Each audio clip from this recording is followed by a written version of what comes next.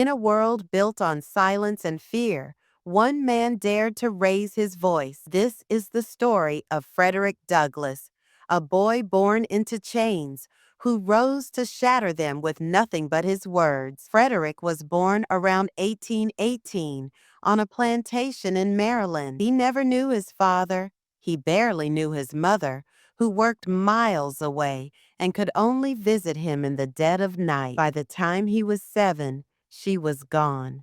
Another soul stolen by the system that ruled his world. Frederick grew up knowing two things. He was not free, and he was not meant to dream. But something deep inside him refused to believe that was all life could offer. When he was sent to Baltimore, something extraordinary happened. He learned to read, not through kindness, but through stolen moments, secret lessons, and relentless hunger for knowledge. For Frederick, every word he read was a crack in the walls that surrounded him. He soon realized something powerful. Literacy was freedom, and no matter what happened to his body, they could never chain his mind. As he grew older, the fire within him grew stronger. At 16, after enduring beatings and humiliation, Frederick made a choice.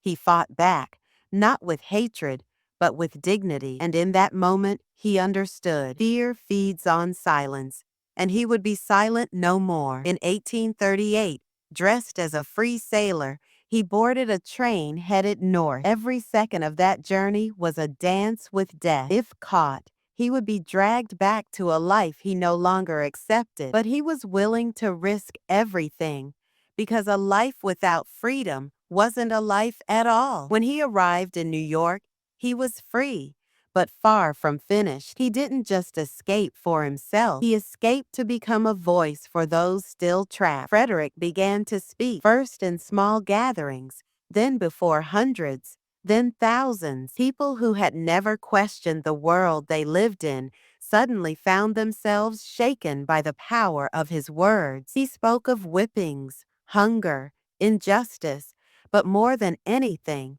he spoke of hope, the belief that change was not only possible, it was necessary. His voice reached across states, across the oceans, across history itself. Even presidents listened. When Abraham Lincoln met him, he didn't meet a former slave. He met a man who could not be ignored. Frederick Douglass spent his life fighting, with words sharper than any sword. He fought for abolition, for justice, for equality. He fought for a world where no child would grow up believing they were less than human. And when he died in 1895, he left behind not just a legacy, but a road map. Proof that no matter how broken the world may seem, one voice armed with courage can begin to heal it. Frederick Douglass refused to stay silent. Because of him, millions found their own voices. And even today, if you listen closely,